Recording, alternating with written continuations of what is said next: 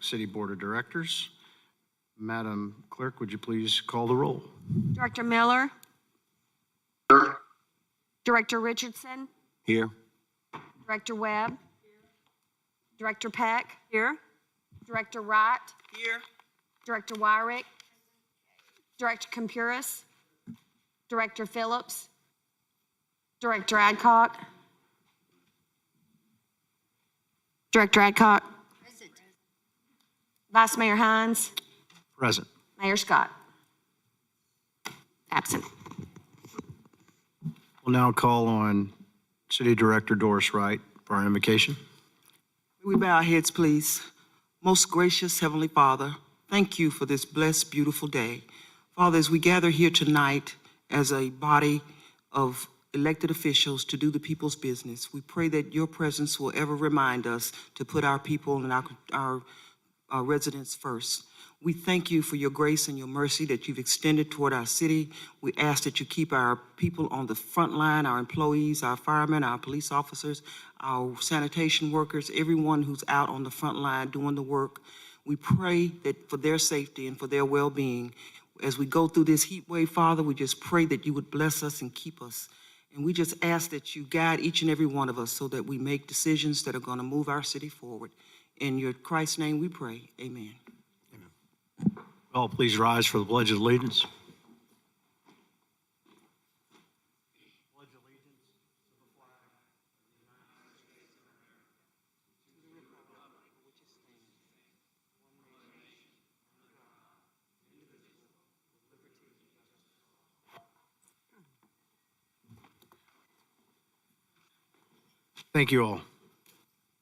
We'll now have a presentation from Central Arkansas Water on the Low-Income Household Water Assistance Program. Ms. Chelsea Boozer. Good afternoon, Vice Mayor, Directors. Thank you for giving me a little bit of time today. I wanted to tell you guys about a new federal program available for your constituents if they're having any trouble paying their water and wastewater bills. So it's called LIWAP, Low Income Household Water Assistance Program. It's a federal program out of the ARPA dollars, and it's being administered by the Department of Energy. You guys might be familiar with a program called LIHEAP. That is for energy bills for low-income households. So it's kind of the sister program for that. LIHEAP has been around a long time. It's permanently funded. LIWAP, on the other hand, is a pilot program. So this is a one-time program. And there are not dollars federally for it going forward, but the hope is that the states will show that this is a need and that it will be a program going forward. So Arkansas got $13.1 million, about $10 million of that will actually go to households. The program started in June. It's gonna be a one-time benefit for eligible customers. So to be eligible, you have to meet low-income guidelines, but if any of your constituents already get LIHEAP or SNAP or SSI, they automatically qualify. They still have to fill out application, but they're automatically going to qualify for this. So if you work with any organizations that have those kind of clients, this would be good to pass along to them. So it's a one-time benefit up to $2,000 to cover your past due water and wastewater bill. One interesting thing about Little Rock is that on the water bill, you also are billed for city trash. This program will not cover trash. And so what we're trying to do with those residents, CEW is committed that any LIWAP recipient, we will not shut them off for 90 days, even for non-payment. So we're gonna try to reach out to everyone, all those recipients and put them on a payment plan so that they're not shut off for not paying that trash in 90 days. So far, the program started in June, about 300 Central Arkansas Water customers, which include Little Rock Water Reclamation customers, have benefited.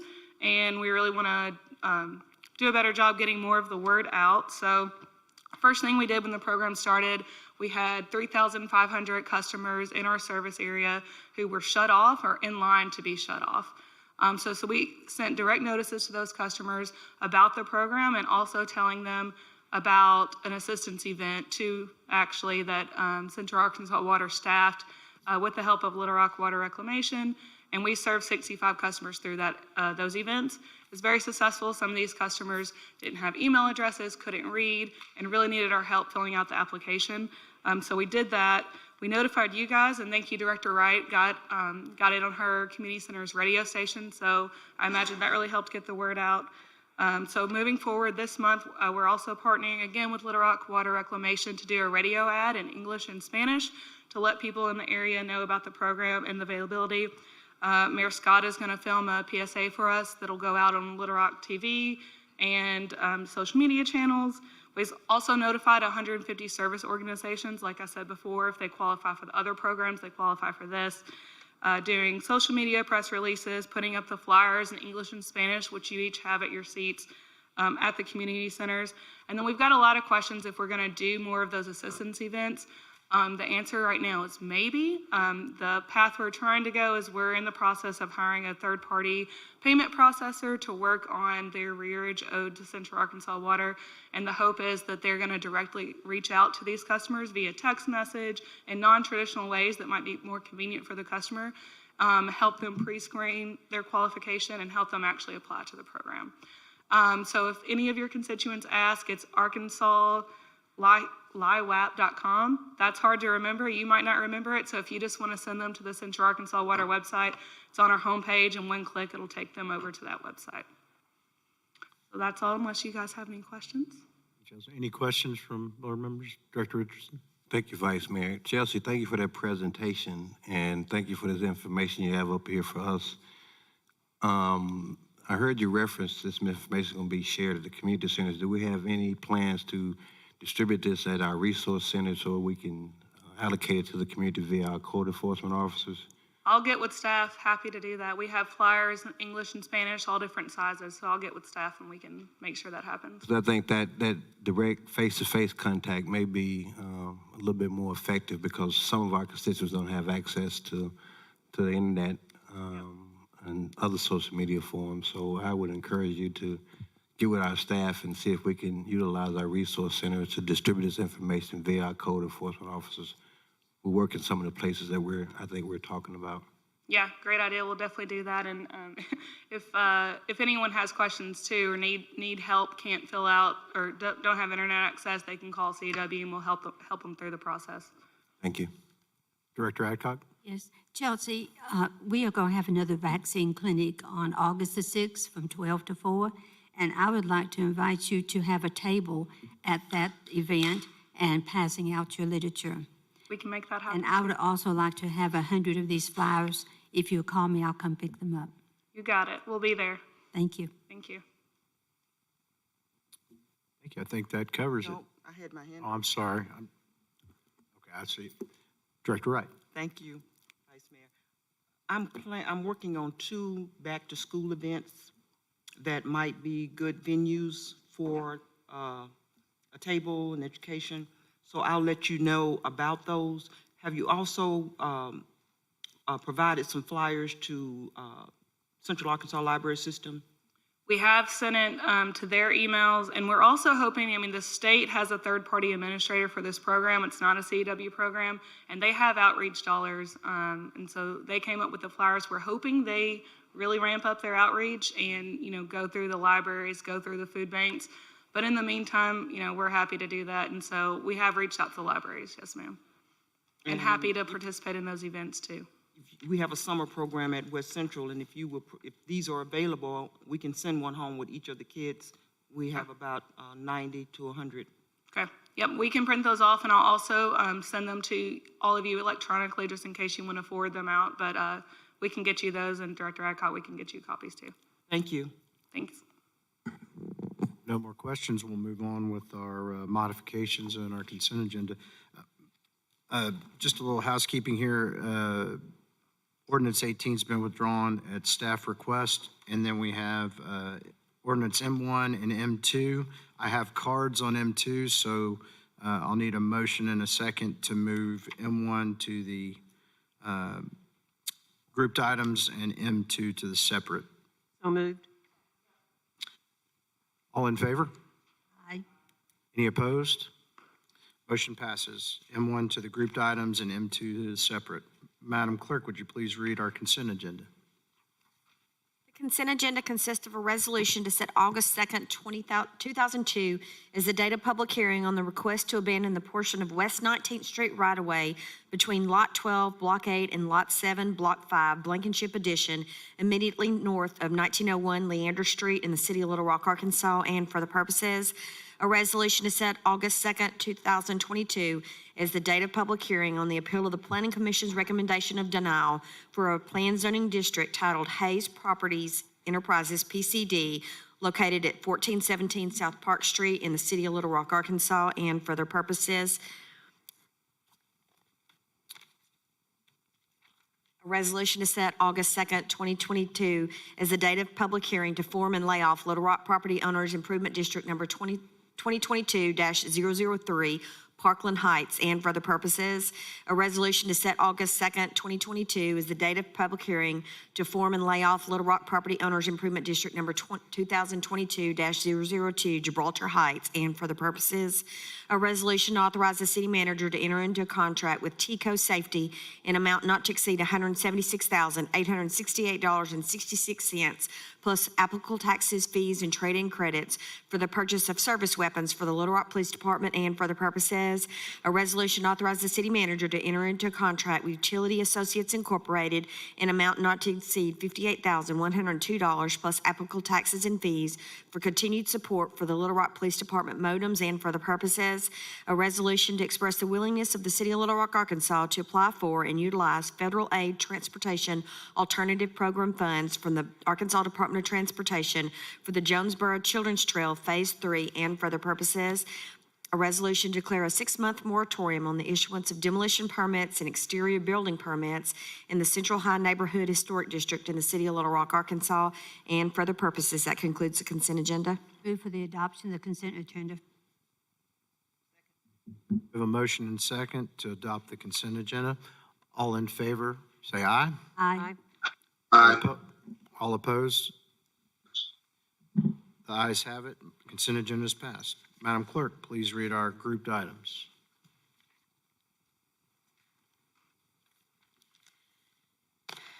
An ordinance to amend the land use plan in the Chenal Planning District located along the southwest side of Chenal Parkway, south of Northfield Drive, from residential low-density suburban office, and for the purposes, a resolution to reclassify property located in the city of Little Rock, Arkansas, amending the official zoning map of the city of Little Rock, Arkansas, and for the purposes, an ordinance to approve a planned zoning development, establish a planned residential district titled the Vista Revised PRD, located at the southwest corner of Rawling Road and Champanold Drive, Little Rock, Arkansas, amending the official zoning map of the city of Little Rock, Arkansas, and for the purposes, an ordinance to approve a planned zoning development, establish a planned commercial district titled National Property Holdings LLC, revised PCD, located at 18,406 Cantrell Road, amending the official zoning map of the city of Little Rock, Arkansas, and for the purposes, an ordinance to approve a planned zoning development, establish a planned district commercial titled Little Rock Soccer Complex, PDC, located on the east side of Embassy Suites Drive, south of Chenal Parkway,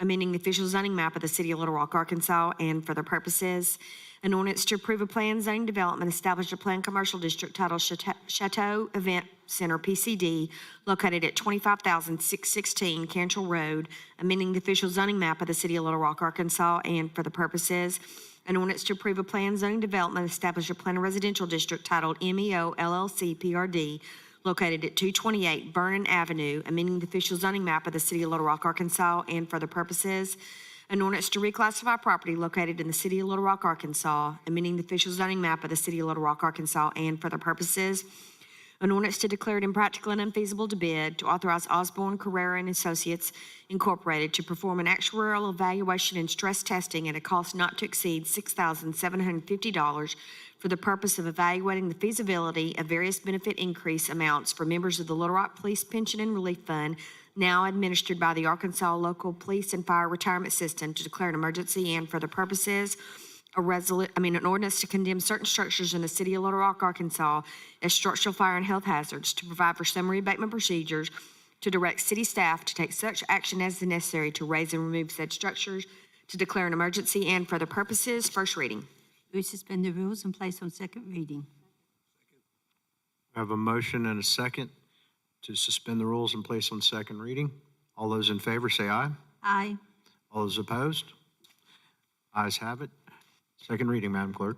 An ordinance to amend the land use plan in the Chenal Planning District located along the southwest side of Chenal Parkway, south of Northfield Drive, from residential low-density to suburban office.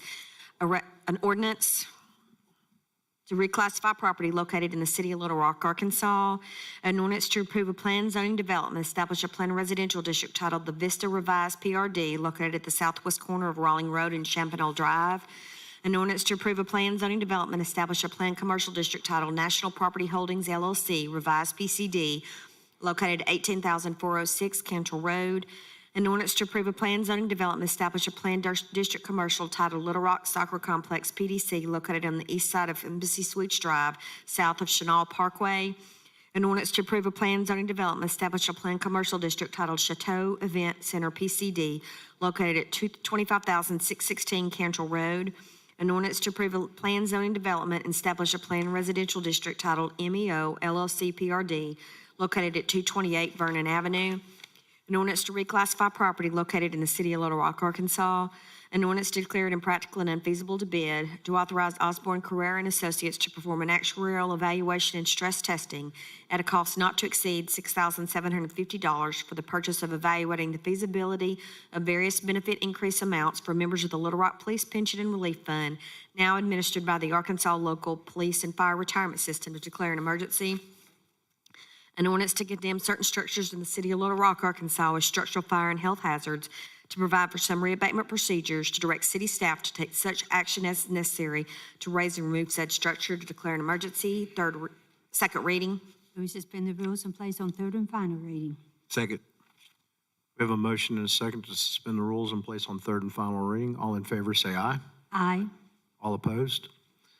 Madam Clerk, third and final reading. An ordinance to amend the land use plan in the Chenal Planning District located along the southwest side of Chenal Parkway, south of Northfield Drive, from residential low-density to suburban office. An ordinance to reclassify property located in the city of Little Rock, Arkansas. An ordinance to approve a planned zoning development, establish a planned residential district titled the Vista Revised PRD, located at the southwest corner of Rawling Road and Champernell Drive. An ordinance to approve a planned zoning development, establish a planned commercial district titled National Property Holdings LLC, Revised PCD, located at 18,406 Cantrell Road. An ordinance to approve a planned zoning development and to establish a planned district commercial titled Little Rock Soccer Complex PDC, located on the east side of Embassy Suites Drive, south of Chenal Parkway. An ordinance to approve a planned zoning development, establish a planned commercial district titled Chateau Event PCD, located at 25,616 Cantrell Road. An ordinance to approve a planned zoning development and establish a planned residential district titled MEO LLC PRD, located at 228 Vernon Avenue. An ordinance to reclassify property located in the city of Little Rock, Arkansas. An ordinance to declare it impractical and unfeasible to bid, to authorize Osborne Carrera and Associates Incorporated to perform an actuarial evaluation and stress testing at a cost not to exceed $6,750 for the purpose of evaluating the feasibility of various benefit amounts for members of the Little Rock Police Pension and Relief Fund, now administered by the Arkansas Local Police and Fire Retirement System, to declare an emergency. An ordinance to condemn certain structures in the city of Little Rock, Arkansas as structural fire and health hazards, to provide summary abatement procedures, to direct city staff to take such action as is necessary to raise and remove said structures, to declare an emergency. Third and final reading. Thank you, Madam Clerk. We've had 3 readings. I see no cards and no one with their hands up. All in favor of the grouped items agenda, signal aye. Aye. Any opposed? The ayes have it. The You've got grouped items emergency. agenda is passed. We have emergency clause on 17. All in favor of the emergency clause for 17, signal by saying aye. Aye. Any opposed? And you have one on M2. M1. M1, sorry. We also have an emergency clause on M1. All in favor of the emergency clause on M1, signal by saying aye. Aye. Any opposed? All right, ayes have it. Those are passed. Thank you. Madam Clerk, would you please read item M2 as our separate item? An ordinance to amend the Chenal Planning District located southeast of the Maywood Drive and Cantrell Road intersection from residential low density to suburban office, and for the purposes first reading. We suspend the rules and place on second reading. Second. We have a motion and a second to suspend the rules and place on second reading. All in favor, say aye.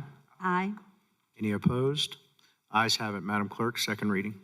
An An ordinance to amend the Chenal Planning District located southeast of the Maywood Drive and Cantrell Road intersection from residential low density to suburban office. Second reading. We suspend the rules and place on third and final reading. Second. We have a motion and a second to suspend the rules and place on third and final reading. All those in favor say aye. Aye. Any opposed? The ayes have it. Madam Clerk, third reading. An ordinance to amend the Chenal Planning District located southeast of the Maywood Drive and Cantrell Road intersection from residential low density to suburban office. Third and final reading. We have cards to speak on this item.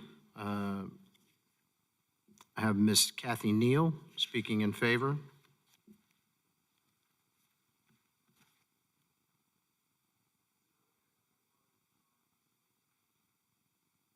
Yes, Brian, are you representing the applicant? Or- Pardon?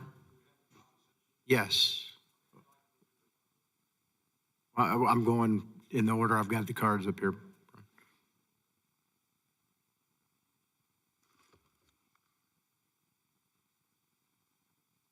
First of all, thank you for the opportunity to speak today. My name is Brian Winstead. I'm a commercial real estate broker here in town. I work for Our Realty Arkansas Commercial, and I had brought some slides thinking we could share the images with the public, but I was told that we have to do handouts. Please So, pull your microphone up. excuse me, turn it.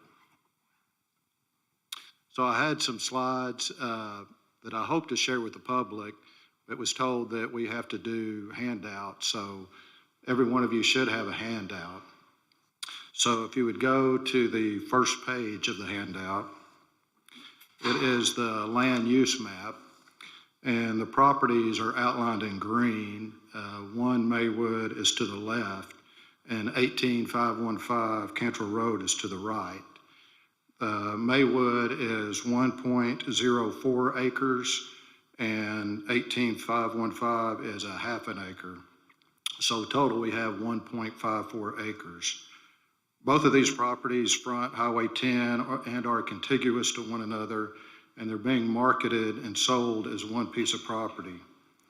As you can see, most of the land that fronts Highway 10 is commercial. The beige color is residential.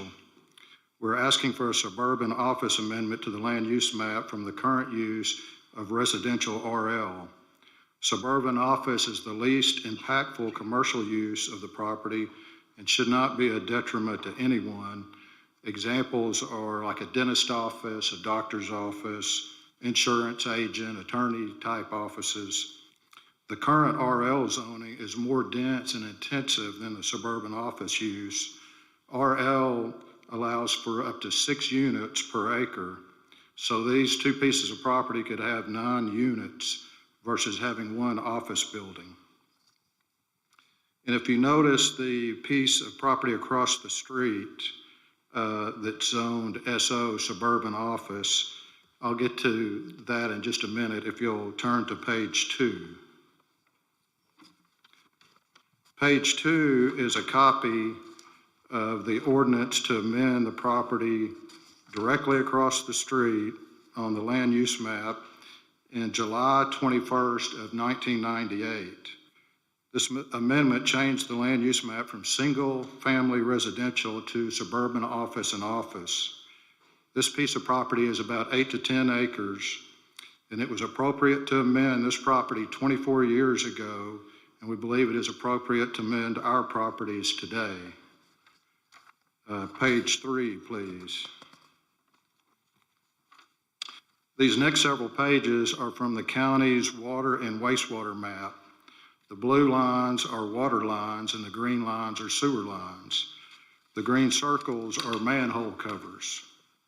One of the primary drivers for Little Rock's growth west down Highway 10 is sewer. As you will see, our other major roads don't have sewer. If you look at the top, you will see sewer stops on the northwest corner of Colonel Glenn and Bowman Road, which that is directly across the street from the Baptist Nursing School. Below that, down Lawson Road, sewer stops at the Dollar General, which is a very short distance from the intersection of Colonel Glenn. There will be no dense residential developments down these roads because there's no sewer. And there will be little demand for commercial development because of the lack of dense residential development. Basically, commercial developers follow the people. They want to be in the middle of the people. And without sewer, you can't have the dense residential developments to attract commercial developers. Page 4. Page 4 is also the sewer map. And you can see that sewer down Chenal stops basically across the street from Chenal Downs. The next page, on page 5,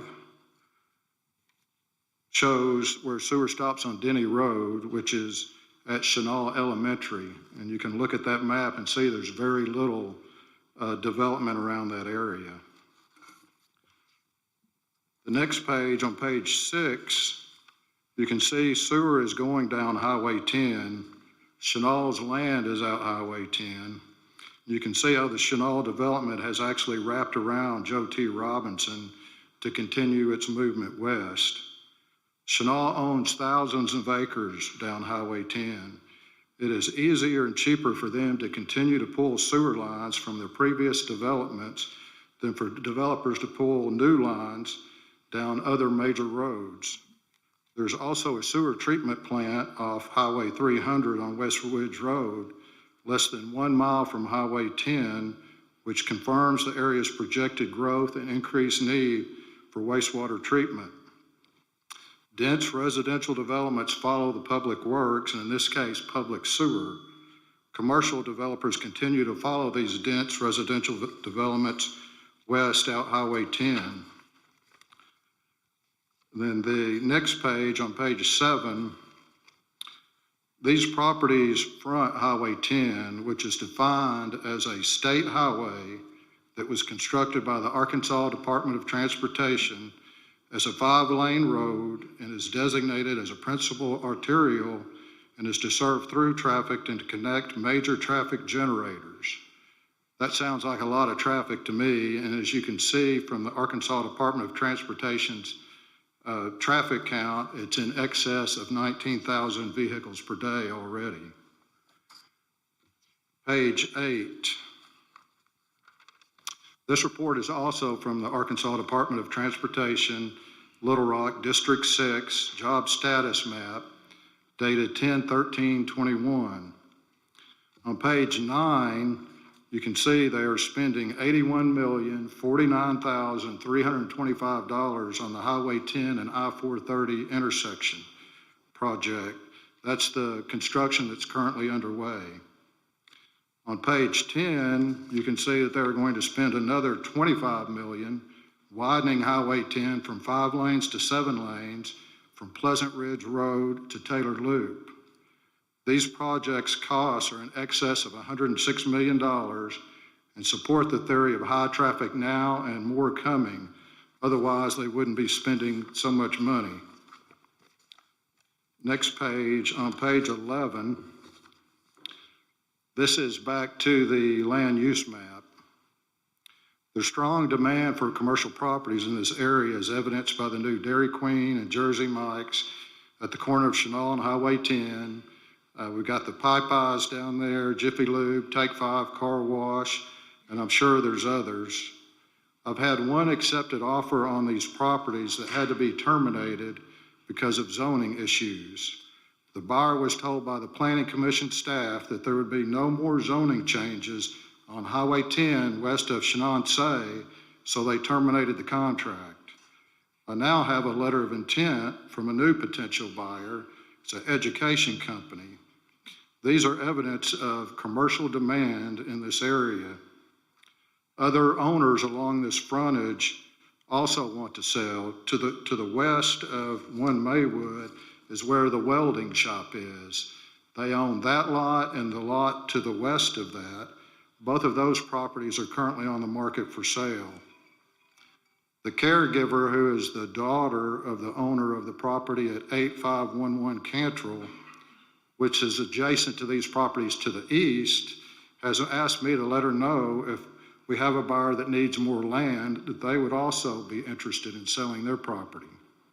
The property adjacent to theirs to the east have their property already on the market for sale. All this activity confirms this area is no longer conducive for residential use, and owners want to sell and relocate. Page 12.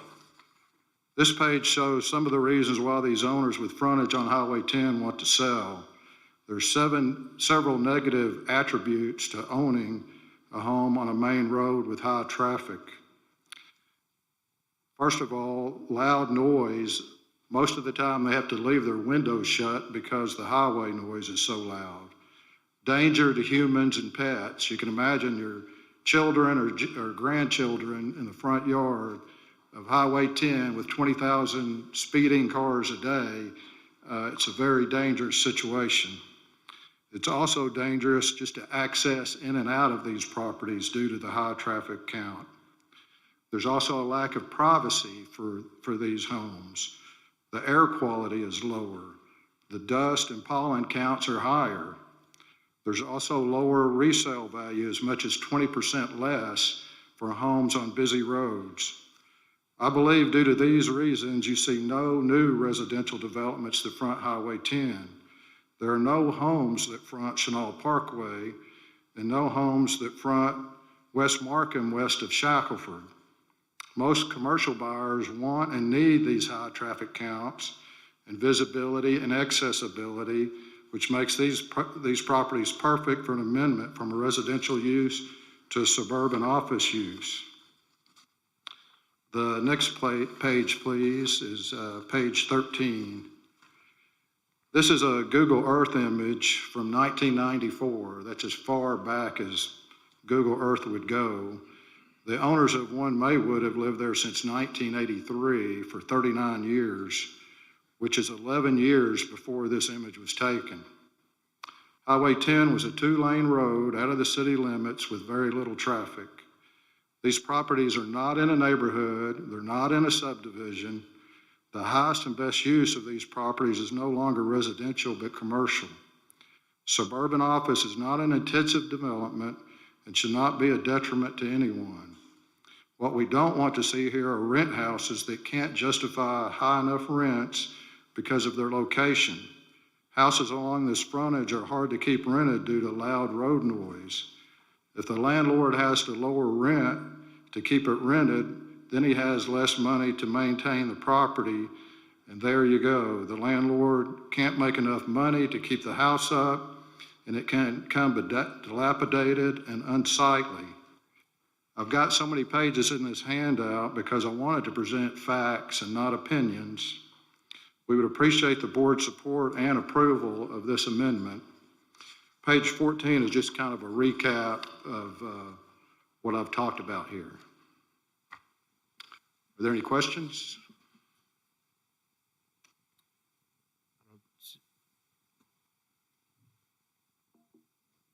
I don't see any.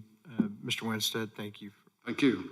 Director Warwick, are you trying to, do you have a question? I was trying to find my button so you'd know I had a question. Mr. Winstead? I've talked to you a million times, but I don't think I've ever seen you in person. Nice to meet you finally. The suburban office versus the residential, and you made some pretty good points. You were right. You brought us details, and you're showing us the difference in the two applications. I think one time you said 9 units per acre. In the handout, it says 6 units per acre. Does that mean 6 residential units, or does that mean 6 buildings with multiple residents? How many total? How many? 6 residential units per acre, and since this is 1.5 acres, you could have up to 9 of those residential units, which is to me is more impactful than having one quiet office building. 9 residences can be on this 1.5 acres. Okay. With the suburban office, I know you talked about a number of different uses. There's what would be the size of the building, and how much traffic would we be talking about for suburban office? I think that would be determined probably when we would come back for rezoning and have a site map. At this time, we don't have a site map or any of those details as far as setbacks go that would, and parking requirements go, that which would determine the size of the building. So, are you asking for rezoning or a land use amendment? Excuse me? What are you asking for? Director Wire, it's to approve a land use plan amendment. So he's just addressing the land uses and is not a rezoning. Okay, So it would still have to come back to us to rezone and plat it. I apologize for that silly question. So we're looking at suburban office. We don't know what the traffic is, or we don't know how many buildings would be there versus 9 residential units. Yeah, I would assume with parking requirements and setbacks that we would only have one building, but I don't know that for sure. But if we do have a buyer that puts it under contract, they would have a site plan with parking and landscaping, and we would present that at that time. So is this going to be in the overlay area? So you'd have to give up quite a bit of, Yes, it's in the overlay. and can only build so close. And if it's less than 2 acres, since it's in the design overlay district, it would automatically be a conditional, I mean, not conditional, plan, it would be a It's questionable if you'd really PCD. end up with an acre and a half that you could build on. Right. And but the property owners next door that also have a half an acre to the east have contacted me and let me know that if we have a developer that needs more land, that they are also interested in selling their property. So it might grow. So it could go into, a little over 2 acres. If the setbacks make them require a larger lot than the acre and a half. Thank you. You're welcome. Thank you, Mr. Winston. Thank you, Director. All right, next I'll call on Kathy Neal.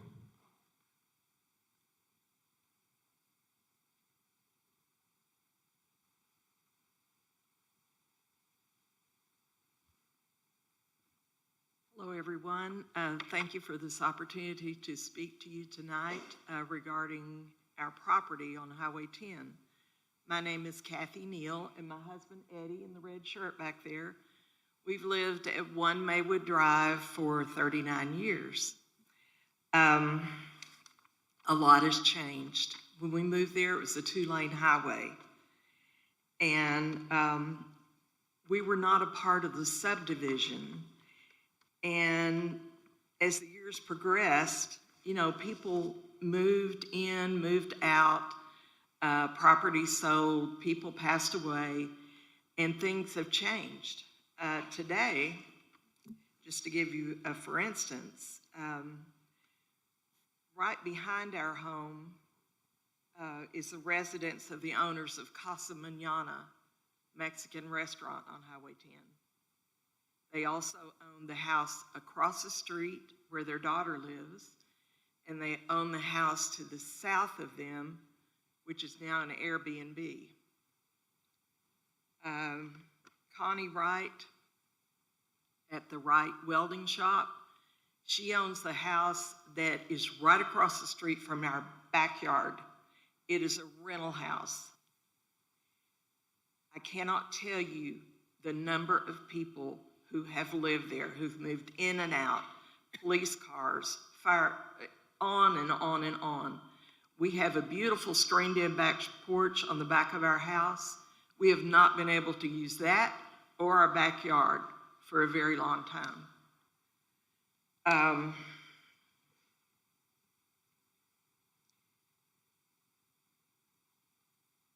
So when we were annexed into the city, Connie Wright, owner of Wright Welding Shop, let me get my,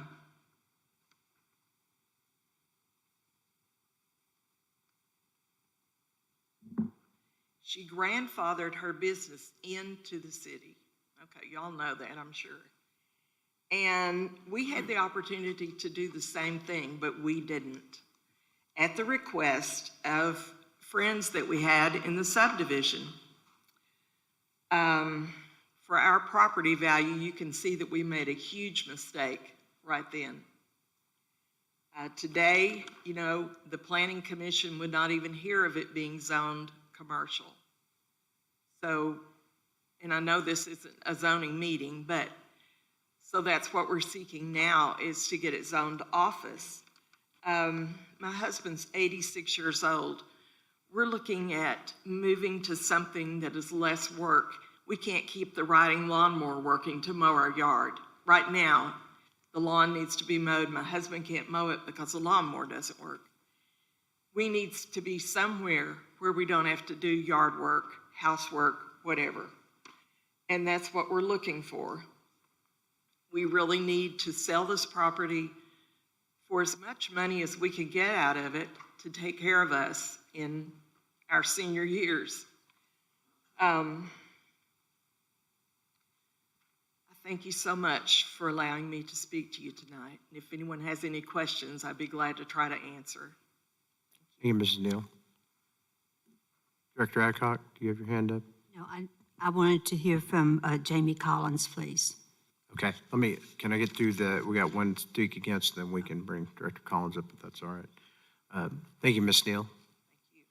Then we have one card in opposition, Ms. Carolyn Dodds.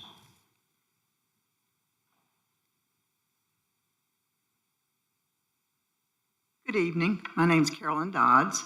I live at 41 Maywood Drive, and which is about a block behind the Neals. Maywood is only 2 long blocks, and it's a dead end. We had originally gone to the Little Rock Planning and Development against this because naturally we didn't want, you know, more businesses at our entrance to our property. And, but realizing that changes are imminent and we know these things are going to happen. So what we are really concerned about, and we had prepared a list of development requirements and preferences that we would be concerned with, and it's strange that he mentioned sewer, because Maywood doesn't have sewer.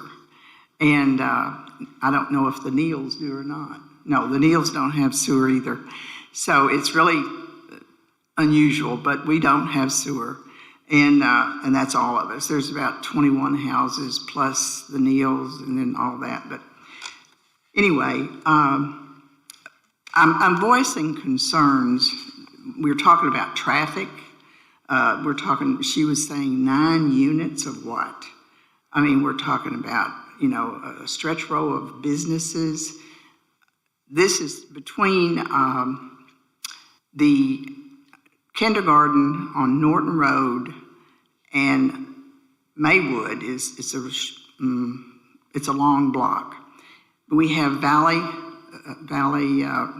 Ridge Road right across the street that comes out. They have a lot of traffic.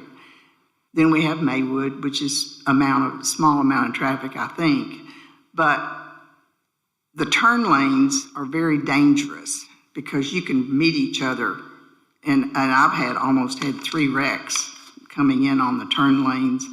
I go west and turn left into Maywood, and here comes a person going east, and they're turning left into Valley Ridge, and it's scary.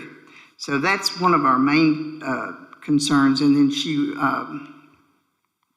one of the directors was talking about, you know, how would this work? Well, I'd like to see how it's going to work too.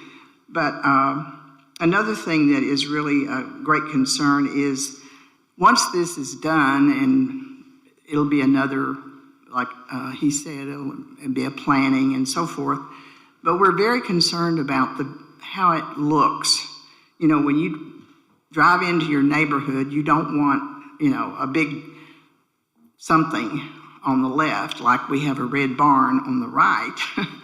So do we want another red barn on the left? But we would like to think that the people that developed this land, that they would keep us in their considerations, because it's an entrance to our neighborhood. I've lived there for 48 years, since 1974. And so, I mean, there's all the families. Yes, there are a couple of places that have changed. We do have, like Mary said, the rent place is questionable, and then we have an Airbnb. But so far, the Airbnb has been, I think, pretty quiet. I've only heard one incident. But I had sent Ashley Bowden a digital copy of our concerns for development requirements. And then it also lists some of the type of business we would not like to have in that area. And for instance, we don't want any high traffic businesses, that's for sure. No fast foods, no drive-through businesses, no marijuana stores, no liquor stores, and no nighttime businesses. Naturally, I mean, you're coming into our neighborhood. Another thing is we were concerned about the privacy, which I'm sure there would be thought put into this, but the privacy between the development and the property behind them. You know, we were hoping that they would consider good privacy fences and things like that. So there's a great concern about all of those things. I mean, we know this is going to happen. I mean, we just know it's going to happen. But we're not happy about it at all. But I understand where Mary and Ed are with their needs, because that's where my husband and I are. That's where we are. And but as you think about these things now and in the future, when people come back to request approval for being in this area, I hope that you will consider our neighborhood and consider it being the entrance to our neighborhood. And I really thank you for your time. Thank you, Ms. Dodds. Uh-huh. Thank you. Uh-huh. Can we get Director Collins to the podium to answer Director Adcock's question?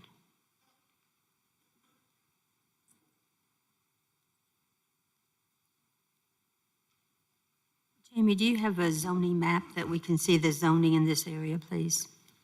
Yes, we do. Ashley, if we could just bring up the staff write-up, because the exhibits that is in that write-up is colored, which may give a little bit better. So if you could scroll down, and if we could zoom in to that map, that's the zoning of the area. I think that'll represent a little bit better than just the non-colored version that's on our exhibits. What is the zoning of that property next to this? If you're talking just next to it, to the east or the right or the left, To the left? that is all residential. That is all R2 zoning. Okay. Where is the closest zoning that they're asking for? Suburban office? Well, they're not asking for a zoning at this time. They're asking for a future land use plan designation is what we would like the land to be developed in the future. So a suburban office, if it aligns with the zoning, so if somebody comes in at a later date and wants to rezone the property to align with suburban office, you're looking at something that would be conducive or compatible with what would be a residential low density. So you're looking at definitely an O1 designation, something that's a neighborhood, type office use, maybe some O2 designation, but then as you go to O3, you're getting out of what that suburban office would be. And so you do have some planned development office just to the east or the right on that map. If you look over in the zoning, if we could zoom in, you'll see to the north is O1. Okay, just directly across Cantrell to the north is O1. If you look on the east or to the right of that Norton Road, that's a planned development office. And then you start some planned commercial developments that is in the red over at that location. This originally was planned to be just a breakup of several commercial nodes on there. And I would like to point out that I agree with the applicant's designation that Cantrell is a highly trafficked roadway. It is. It's a principal arterial for the city.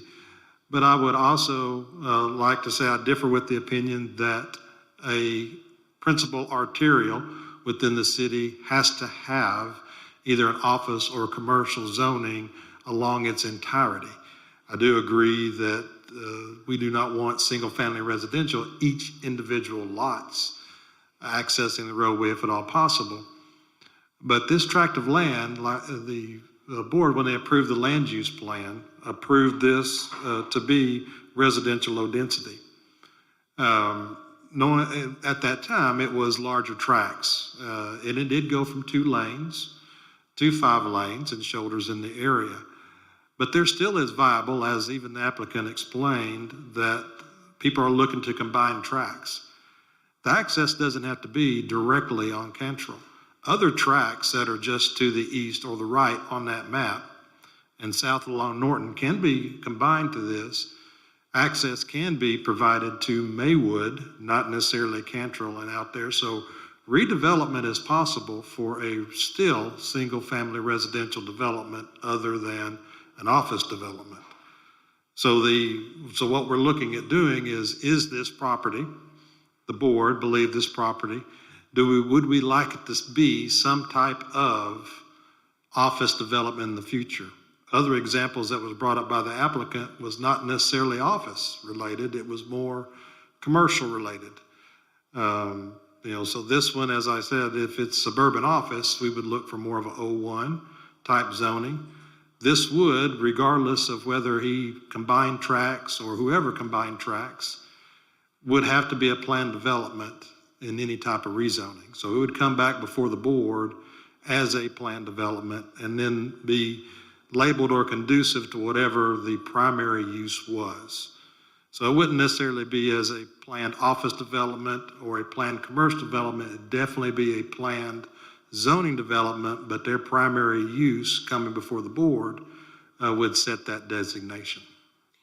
Okay, in the green square that we're looking at, is the residence for this applicant the larger one down here towards the neighborhood or the closer one to Highway 10? Well, I don't know, see which green, you said green square or the red? We've got. You're looking at his exhibit. Yes, we've got a green thing. If if I'm looking at that right, what I've seen, the green is his outline of the area. So on the map that's before you on your screen, that would coincide with the dashed red line. Okay, is there a residence in the part that's on the left-hand side of this line or the right-hand side of this line? The left-hand side is what everybody was talking about was that, and is currently right now the welding shop that was a legally non-conforming operation that was annexed into the city. So that's to your left. Okay. Okay. To your right is still single-family residential homes. Okay. And then right across Norton Road, that's the magenta with the other labeling. That's the planned development that's office just on the east side or the right side of Norton Road. Okay. What is the staff recommendation on this? Staff recommended denial for the fact that we believe that there is, if you're looking from a land use classification, that there's areas that is designated as office or suburban office designation along Highway 10 that is still vacant and not used. And so if you're looking at, you're trying to utilize the land to its full potential, there's other areas that can be developed for office development in that corridor. And like I said, just because it's a principal arterial doesn't mean that there's not some type of residential development that can be made, not necessarily with a single tract of land, but definitely a combination. And that was a major theme in the approval of the board for the design overlay district and access along Highway 10. That's why you had the distance. That's why you had the setback. The intention was to, as development happens along Highway 10, for tracts of land to be combined. The only exception to that, if you remember, we brought before the board an amendment to that design overlay district. Vice Mayor Hines also reviewed that and made comments to it. Any tract of land that is platted at that time that is less than 2 acres, and it's a tract of record, is exempt from the design overlay district. But any combination or development or added to other than that falls in line with the design overlay district. So we'd still be looking for the same aspects in that DOD for access and combination of lots to try to reduce access on Highway 10. Jamie, I have a question. You said staff recommended denial, but our write-up says y'all recommended approval and Planning Commission approved it 9-1. Yeah, we recommended denial in the Planning Commission, and the Planning Commission did approve it. Okay, so our write-up's incorrect that I'm looking at because it No, says staff correct. recommends approval. So that's why I think we're having a little. And as I stated, the reason that we recommended approval is just because, like I said, we believe that there's other available office out there in the land use plan map and also zoning designations that is available for development. And I do understand that those tracts of land potentially has been rezoned already and are at a higher cost per square foot on the sale, and this one has not been zoned yet. But that does not negate the fact that there is available land along Highway 10 to develop as office. Thank you. Any other questions?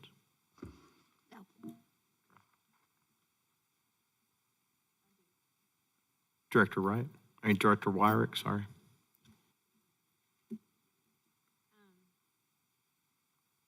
Dean's trying to confuse me over here. Let me ask my question. Mr. Collins, if you look at the write-up, and this is the M2 ordinance that we added to the agenda, right? That's correct. Okay. Are you up, Dean, now? Okay. If you look at the write-up, it talks about the size of the property. And I think your Planning Commission write-up said 2.5 acres? 2.75 acres, approximately 2.75 acres. And I think the applicant is talking about 1.5 acres. There's two tracts of land there. So if you look at what is highlighted in both of what the applicant presented and also us, it is 2 tracts of land combined for that acreage. For 2.5? Or we got it down as 2.75. I don't. 7.5? Yes. All right. But now the applicant's asking to change the land use for both those 2 tracts, That's correct. which will be 2.75 acres. Yes, whatever the 2 tax parcels are labeled as, yes. Okay. And Joan asked the question about the staff, asking staff didn't recommend approval. When is the last time, because I drive down Highway 10 a lot, when was the last time that the staff looked at the land use in this area? And this is the land use map that we're looking at, and it still reflects RL or R2 in this particular area from Norton Road back to the school. When was the last time the staff looked at this land use to modify, change, update? You're talking just for this specific area or the entire corridor? This area that, if you look, you've got PODs, SOs, you've got mixed use, you've got PCDs all around, but you've got this one area here in the middle that is either R2, RL, I think there's a PDR and So when was the last time the staff looked at this residential area to see if they wanted it to be anything different than residential? We have not looked at this one. I would say recently, I would say the last time that we would have looked at it is when that plan development office went in off of Norton, but it may not have taken into consideration all the tracks that are on there. It would have taken into consideration what is currently on the land use. And that's one of the considerations we have to take into when we look at a land use plan presented to the city board, planning commission and the city board for adoption, is the existing use of the land right now, which you do have Maywood subdivision there. So when you look at it, you got to also look at not just that tract of land, but the surrounding tracts of land.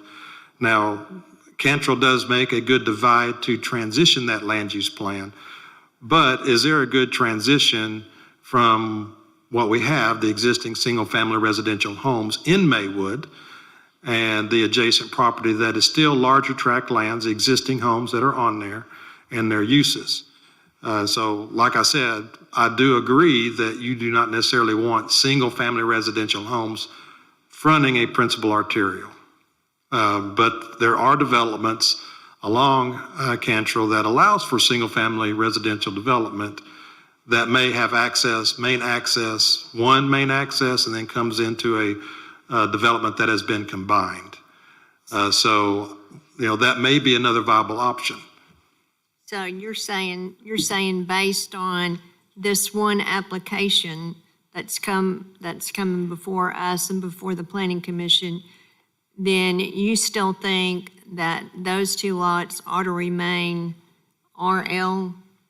Yes, at this time, our comments was, in our write-up to the planning commission was, we believe that it's not appropriate to change it at this time from residential low density suburban office. We still think it might be viable for redevelopment other than just an office development.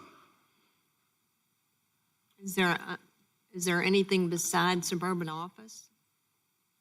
Well, I mean, the Residential, is there another, would mixed use, would it be? mixed use would also allow for residential put in there, still would come in as a planned development before the board to review that at the end.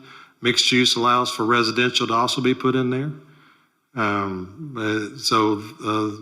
We believe that just going to that suburban office kind of puts it in a little island amongst the rest. It'll be surrounded by residential low density until such time the board decides to approve a land use plan that makes the tie from Norton Road all the way to the west.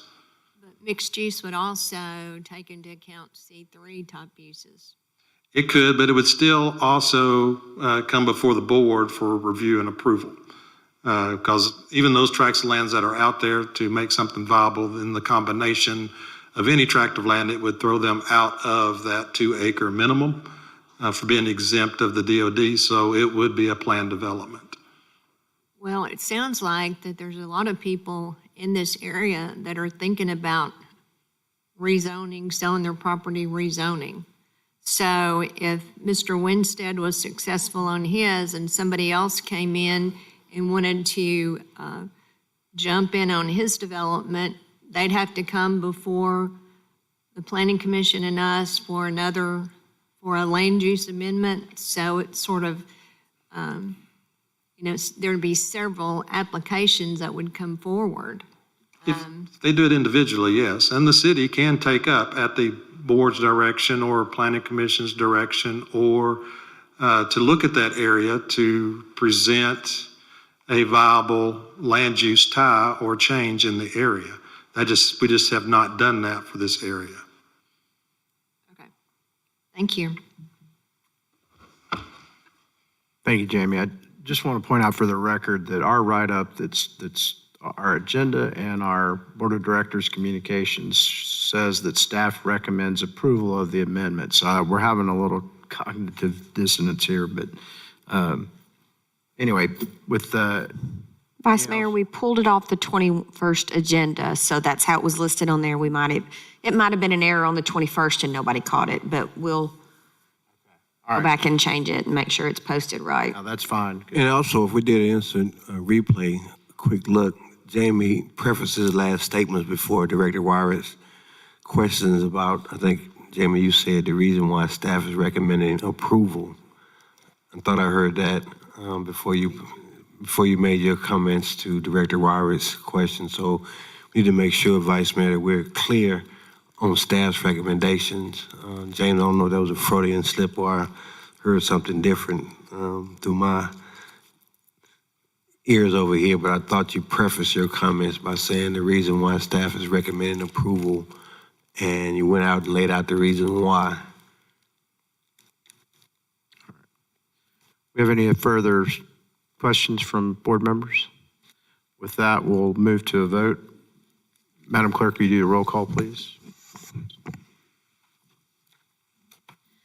Director Wyrick. No. Director Campuris. Director Phillips. Director Adcock. No. Director Miller. Yes. Director Richardson. Yes.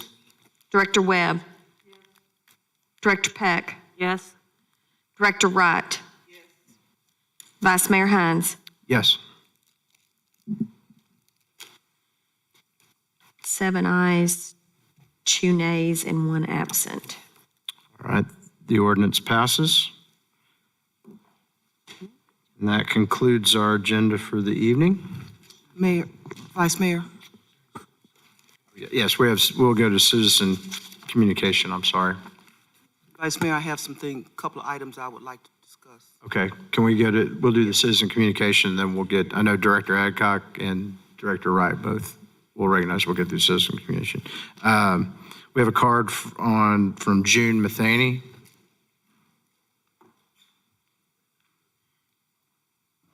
Yes, June Matheny, Little Rock. I have learned that your mayor is in Paris, France. I would like to know, and I would like to get hard copies, and I'd like for it to become public knowledge of who he took with him, how much it's costing the taxpayers of Little Rock. When we're having an expensive election on August the 9th, we're spending more money. When people are having to get assistance for their water program, electric program, whatever, why are we doing this? Why is the city spending all this money to send someone to Paris, France at this time in our economy? So if you could please get me that without me having to file a FOIA, I would appreciate it. We'll do that. Thank you, Ms. Matheny. Thank you. Next card is, it's Mr. Tillman. I'm having trouble reading your first name. It's Mr. Tillman. Oh, okay, but I'm sorry. I was having trouble. Benilda Tillman, I'm sorry. I was having trouble reading your first. It looked like Ben, that's all I could get. Sorry about that. That's okay. Good evening. This is my first visit to you all. And I'm a resident of the city of Little Rock. It came to my attention that Kroger's on Asher Avenue will be closing August 13th.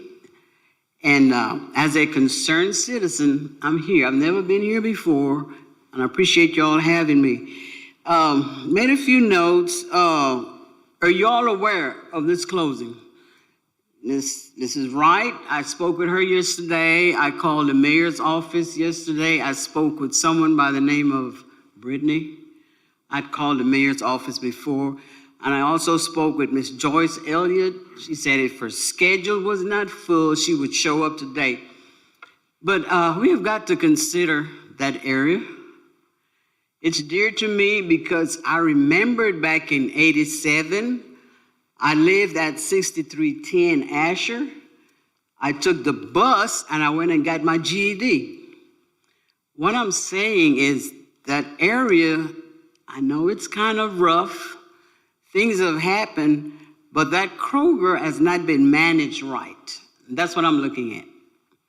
I'm looking at the fact that a few weeks ago, I went down to the hair shop to get some stuff for my hair, and as I walked to get to Kroger to get a few items, the outside was just pitiful.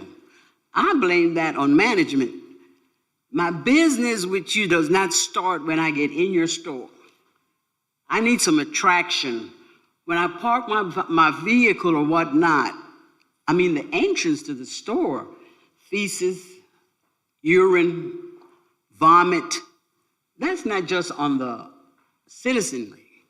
That's on management. I understand it's about business, but there are so many people in the 72204, 72205 area that depends on that store. So I'm asking you all, is there any way you could contact Kroger, their management? Kroger has gotten a lot of my monies. That's where I shop mainly. So I need for you all to consider all these residents that live out there. Where are they going to go to? There's one smaller grocery store on 36, but everyone doesn't go there. We need Kroger. So could you all look into this for us? Another blighted area. Walgreens is gone. Right at the corner of University and Asher / Colonel Glenn, they're gone. So I'm asking y'all to be compassionate. I worship across the street at Mosaic. When we were on the other side, next to a few feet down from Kroger, they kept it right. But it's going down. It's just going down. That's not just the indigent people that are sleeping on the outside, which in management should have been strong enough to get some perimeters going. Ms. Tillman. It's like, okay, I'm sorry. We have a 3-minute limit. Oh, I'm sorry. No, I that's didn't fine. even know about your 3 minutes. I will tell you, I know that there's already been some conversation on board members. We're trying to reach out to Kroger, the governor's office. Please. So I know Director Wright, Yes. Director Webb, and Director Campiris are all working on this and we all just found out, I think you let us know. But I'm in shock. That's why I'm here. I've never been here before. Vice Mayor. I've been downtown, but I've never been to this area. I'm just in shock. Vice Mayor, I also met with Mosaic, and we are meeting with University District tomorrow, and we are trying to develop a coalition to address that corridor. I'll be coming forward with some other ideas and plans that they want to partner on. And I did speak with Ms. Tillman, and I told her the same thing, that I have reached out to our chamber because this is a regional store. It's within a regional network, and it's just not somebody local that you can go and ask what's going on. Right. And so our chamber director, Jay Cheshire, is making that inquiry on our behalf to see what the problem is. Is there anything we can do to get them to stay and so forth? Amen. Okay? Thank you. Thank you all so much. Thank you, Ms. Tillman. Thank you for giving me these few minutes. Thank you so much. Next citizen communication card is Mr. Jeff Hood.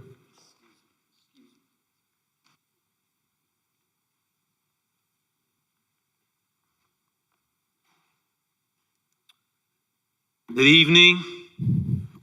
My name is Reverend Dr. Jeff Hood. I just moved to Little Rock about a year ago. My wife is a professor of art education at Euler. We live off of Shackelford between Rodney Parham and Markham. And I could talk all day about the fireworks and the crime that we have experienced since we got here. I could talk about the shooting at Waffle House. I could talk about the shooting at the Circle K.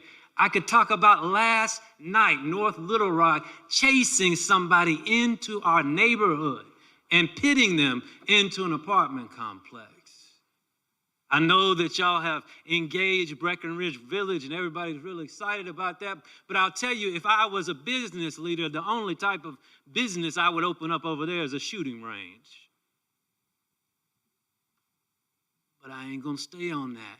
Sometimes in this life, you gotta say your prayers right in order to be right. And the words that I'm hearing coming out of City Hall are ridiculous. To say that violent crime is down 3%, but murders are up 29%. What kind of revolting, disgusting type of mind do you have to talk like that? 29%. We're at 50 homicides. That means by the end of the year, it's quite possible that we will be at 100 homicides. This ain't Little Rock, this is Murder Rock. Murder Rock. And the fact that all of the language coming out of City Hall, all of the language coming out of this board seems to be, well, these are domestic incidences. Well, surely we care about women, don't we? These are personal situations. Well, surely we care about people, don't we? It's July, 50 murders, 100 families, at least 50 at this moment. No moms, no kids, no dads at Christmas, birthdays. So I want to know what this board, what the mayor is going to do about it. I know I can speak loud, but I don't know that I can speak loud enough to get to Paris tonight. But I do want this board to make sure that he understands that this is not acceptable. I shouldn't have to come down here and scream to feel like I'm being heard. I'm sitting here, engaging with family after family. 100 homicides is the possibility. And I heard that ding, and I'll say one more thing. You've got to pray right in order to be right. You've got to speak right in order to be right. So please, change your language. I don't want to hear that violent crime is down 3% anymore. I want to hear about the 50 people who are dead in this city. Thank you, Mr. Hood. Next up, Mr. Luke Scrable.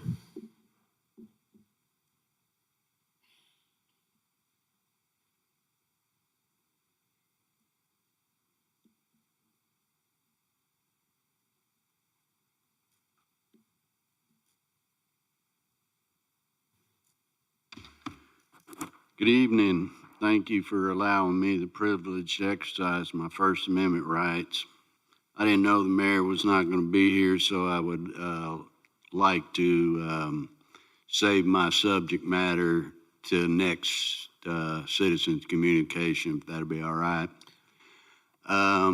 Tonight is my 100th time being at this podium. And of course, it'll be the 100th time that I'm going to be ignored. I came here the first time on November the 21st, 2006, because at that time, I couldn't get my trash picked up and I couldn't get code enforcement. And as a result, my property values were working in a negative direction instead of a positive direction. I thought that was ridiculous. Now, 100 times later, the situation hadn't improved much.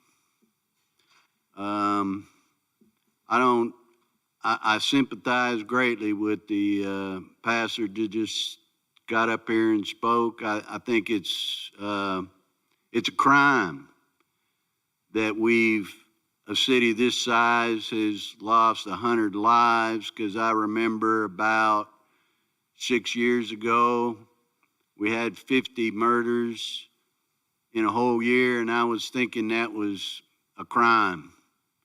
And I think he's right. By the end of the year, it's very possible we could have 100 murders in Little Rock. And that's sad. 6, 7 years ago, when we had 50 murders, the thing that went through my mind was there was 100 parents that weren't doing their job. They were allowing 50 people to go out in our city and kill people. This city has not got leadership. The one thing about leadership, it's easier to see when you don't have it. This city does not have leadership. And come November the 8th, we got to rare opportunity with two good candidates, and Greg Henderson and Steve Landers, to replace Frank Scott Jr. He's not done anything to improve this city in the last 4 years. We have got to replace him with a candidate that can provide leadership. That's what's going to get us out of this problem. It's an embarrassment, and I think of those people that go, when I go to bed every night, that have lost their children. We've lost 50 children, and there's 50 sets of parents out there that have not done their job. And they've unleashed their children onto our society, and they've taken away 50 lives. I think we need this preacher up here, every citizen communication, opening up our eyes.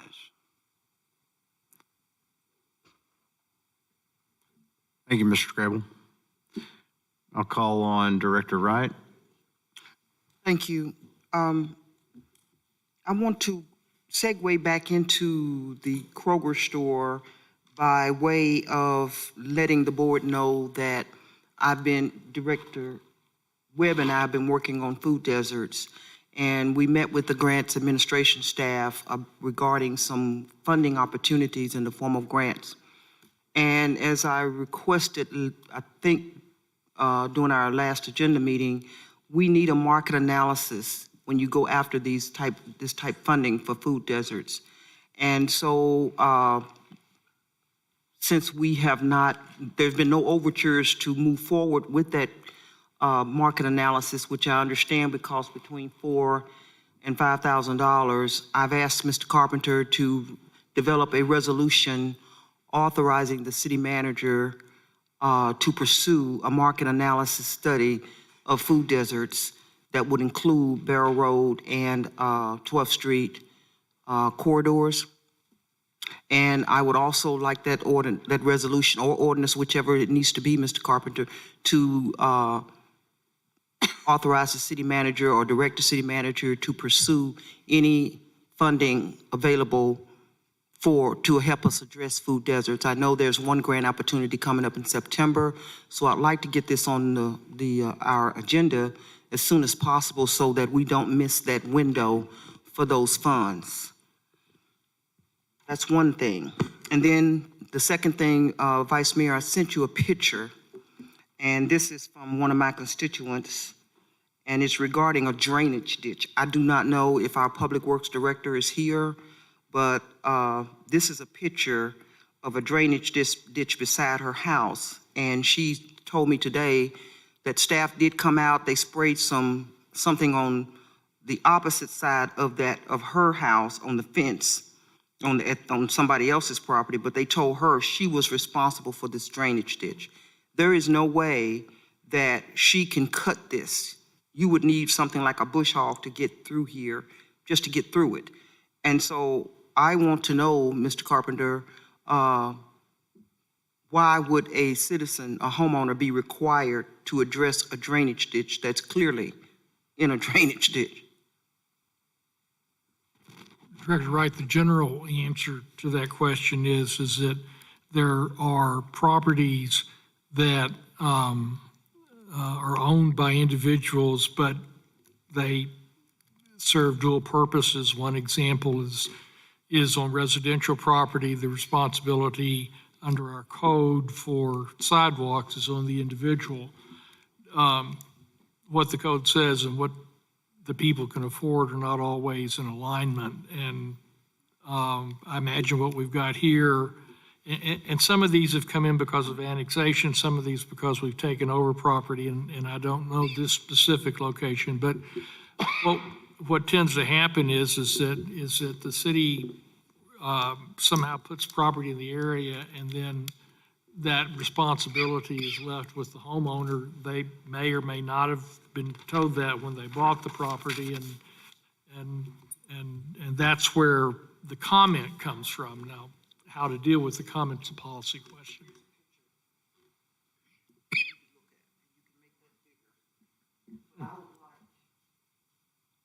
I would like our public works staff to review that and develop a report for me so that I understand what's going on here. Because if this was my house, I would not feel that that's my responsibility. She did not buy the drainage ditch. She bought that lot. After the meeting, I'm going to ask you about what the address is. It's on 28th Street. Okay.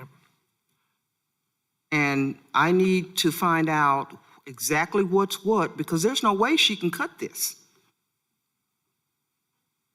I don't even see how water is flowing through the thing. So we ought to be having it could be some of the backup problem we're having in that area when people's yards flood, because I don't see how water is getting through there. And there's a culvert right there on the street. I have several photos. I went by and took a look, and she called me today and said that Public Works had come out and sprayed something on the other side from her house, but they told her she was responsible for that side. So I would like to see that drainage ditch cleared out, and it would seem like we would need to get that done to keep the water flowing. Can we make that request from our public works staff, or will you handle that, Mr. Carpenter, or who would handle that? I think Director Foshee is filling in for Bruce. He's got it written down, and we'll follow up. Okay, I'll get, it's in my picture that I took, but I'd appreciate it all due speed, because if I lived there, I'd be afraid of snakes, all kind of stuff. Thank you. Thank you, Director Adcock. Yes. Over the last few weeks, probably 2 weeks, I've had the same question asked of me time and time again, and I think more than at any other time in my 30 years. And that is, what is the board going to do? Why is the board not doing anything? When are y'all going to stand up and to provide leadership in this city? It's concerning the Kroger store. It's concerning the homeless situation in our city. People want an answer from this board. I would like to have a discussion next week on our policy meeting of what are we going to do? What are we going to do about these items that people are questioning, where's our leadership? I called Chief Bewley, and I was talking to him about the homeless problem. And his message to this board is he is ready, he's got staff, and he is able to carry out any plan this board sends him to address the problems that we're having in the homeless and other things in this city. And I think it's time that we have that discussion and that we come up with a plan. Mr. Carpenter, we always get hitched. Well, that's not legal. You can't do that. You can't do this. I want you to give us a list of what we can do and how do we do the things that we can do. Other cities are addressing this problem. Our business community has got all kinds of problems with this homeless situation and with other things that this board should have a plan to do something. We recently had problems out at Bass Pro Shop and all that area, but we've got to have answers. And I would suggest if any of us have a suggestion and we've heard a suggestion that we think might be a good idea, call Tom and let's find out before our meeting next week if we can do things. Because there's other cities addressing this problem, and this board needs to provide the leadership in this city to address the problems before we have stores closing. We have a large apartment complex that we're being told that part of it does not have water. Last winter, if you remember, it's the same apartment complex that had gas problems, and they was going to have to replace all of the gas lines in all of the buildings.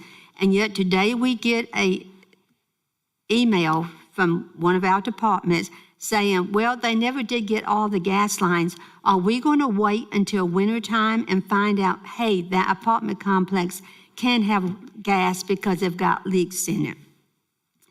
So we need to decide that we're going to take leadership of this city and that we're going to get answers, and that staff is going to then provide us, Mr. Carpenter, with answers on what we can do.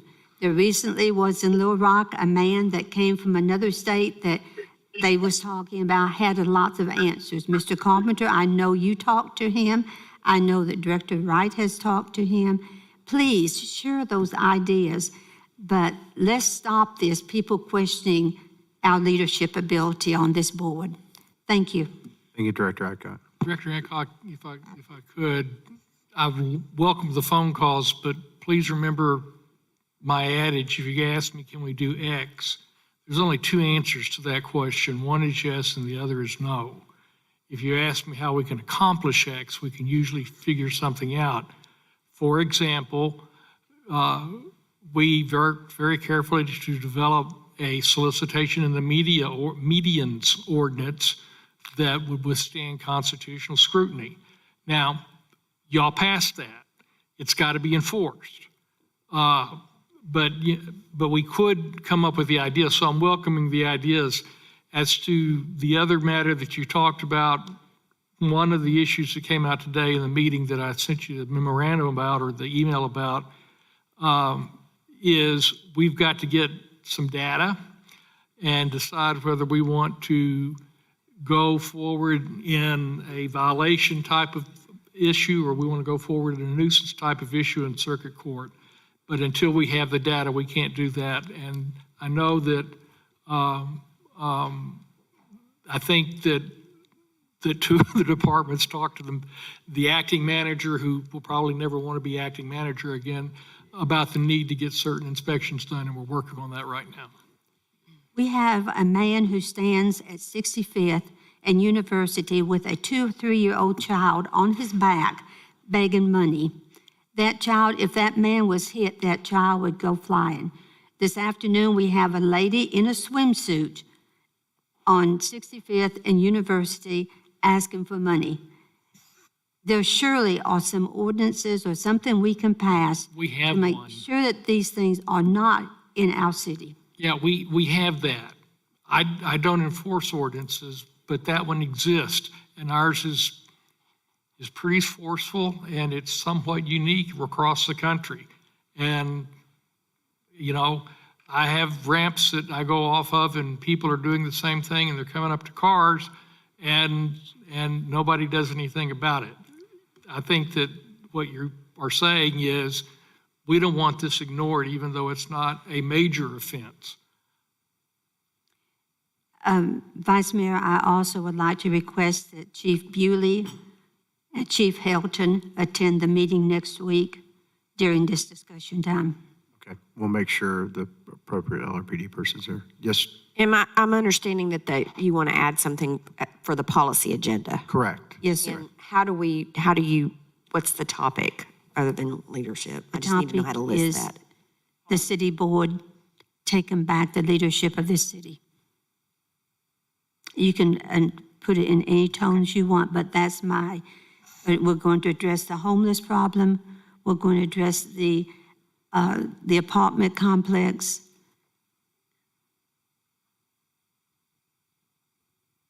And the food deserts.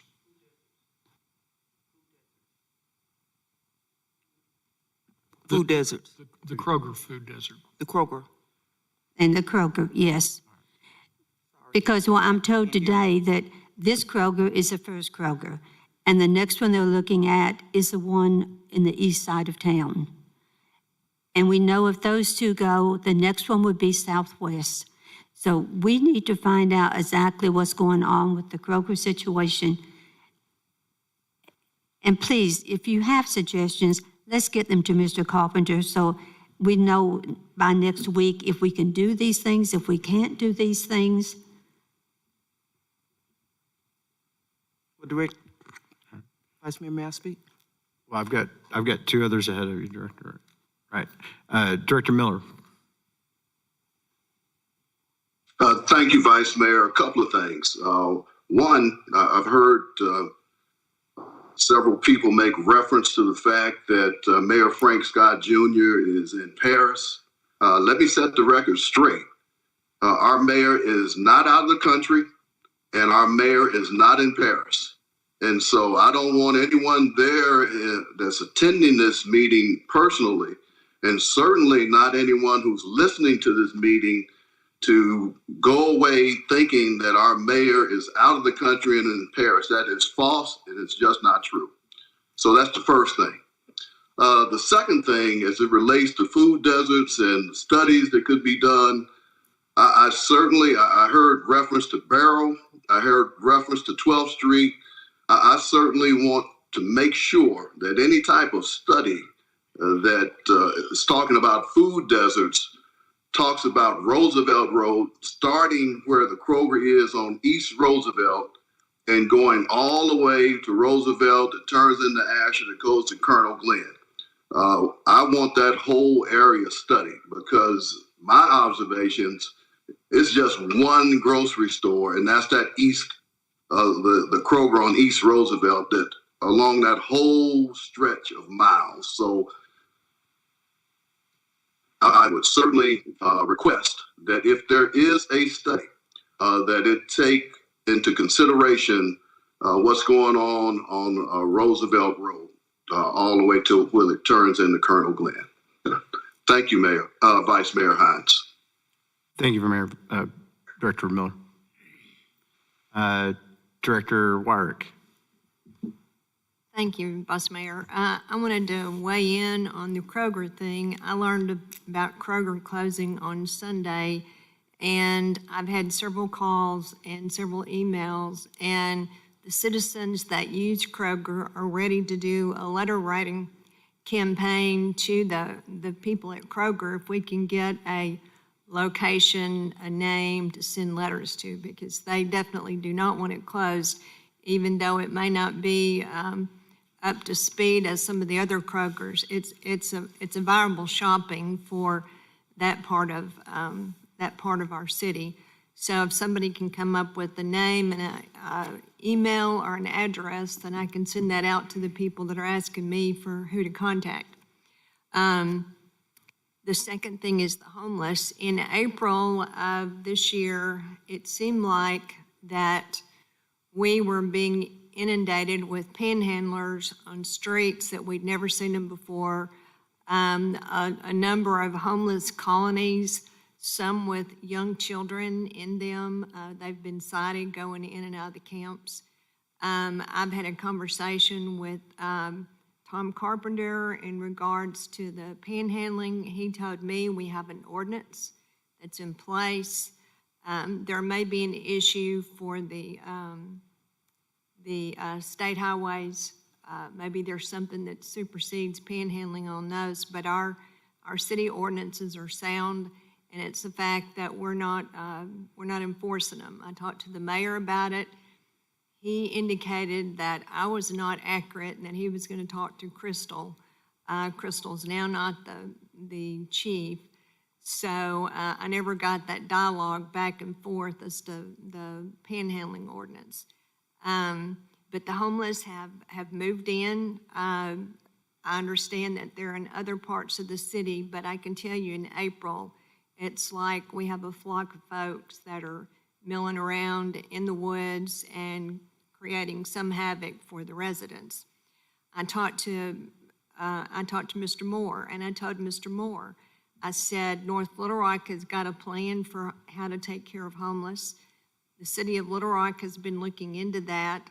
Nothing's happened on it. I told him I wanted him to bring a group of people together to sit down and come up with a plan, a proposal on how to address the homeless. I have a homeless camp in Southwest Little Rock that I know the homeless outreach person is working with, trying to find places for these people to go or give them advice. But we need another plan. We need another process. And so I'm 100% behind what Joan is saying. We need to address the homeless situation. I've had other people say, well, it's like April. We started seeing this influx of panhandling and homeless folks in areas that we'd never seen it before. The entrance to Otter Creek, they were there every day. And we had the police come out. The police said there wasn't anything they could do about it. So we're not enforcing the panhandling ordinance unless they were standing on Highway 5, which is a state highway, and that was a conflict. But I agree, we need to address this. We need to come up with a plan and process so everybody knows what the plan is. I know even the police department seems to be seeking help, wanting to know what to do. So I think it's good that we sit down and talk about it and see what our plans are. Thank you. Thank you, Director Wright. Thank you, Vice Director Wright now. I just want to say I too welcome the discussion. I've got homeless camps in the woods all around Colonel Glenn, and I even saw one off a barrel today, a couple of days ago, up in the woods. It was just like a tent, and I think I don't know what happened, and I guess it's happened since April, like you said, but I know that it's multiplying. And I think that the fact that we don't enforce our ordinance sends a message, open season. So we've got to develop a plan. And I have some ideas that I will be discussing. I'll send them to Mr. Carpenter, and we can discuss them at our agenda meeting and the policy meeting. So I'm ready to move forward, because I think that if it turns out that this Kroger is closing because of profits, that may be, we may have a real problem in these areas. I don't understand the grocery business, because when I talk to people, they say that there's a thin profit margin in grocery stores. And I have a hard time connecting the dots, because they're always full of people and they're always shopping. So I'm not quite clear on why they're not making a profit, because there's so many resources out there for people to buy food. And I know these grocery stores, the Kroger and the other one on Colonel Glenn, are both full all the time. So I really want to know what the issue is here. So I'm waiting on my call back from the chamber, and hopefully they'll have a contact person that we can reach out to. Thank you. Thank you, Director Wright. I don't see any other hands up. Director Webb? Yes, thank you, Vice Mayor. I'm sorry. Just real quickly, I just want to dovetail the Kroger conversation by saying that any grocery store closing in our community is tragic. But of all of the grocery stores around the city, I think that one is, because I shop there and I go there all the time, I think they're more dependent upon foot traffic than any other grocery store in our city, because of their close proximity with two apartment complexes that both house a disproportionate number of marginalized children, youth, and families. So I think just geographically for people who depend upon that store, who can't go to any other store, I think this is, it puts an asterisk by it, and I think we need to make sure we stand on top of this. And I'm with the Director Webb and Director White. I'll be willing to do whatever I can to help, and I move to adjourn. Mayor, I've got Director Webb's got her hand up. And I'm not going to belabor the point, because I thought we said we were going to discuss all this next week. But if you look at the Arkansas Center for Health Improvement, ACI's website, you can read all you want about grocery stores and food deserts. And there's been a steady decline in the number of grocery stores in Arkansas since the late 1990s. And as some of you know, we have the governor's working group on food deserts. We're talking about this every day. I've reached out to Kroger too, which Director Wright knows, and am very concerned about this. We will be submitting a report to the governor before the end of the year. Director Compuris called for a city task force in a resolution that he had months ago, but it's my understanding that that has not been appointed yet. And although I am rambling on now, I second Director Richardson's motion that we adjourn. I have a motion to adjourn. A second. All in favor of adjourning? Aye. Say aye. All opposed? We're adjourned.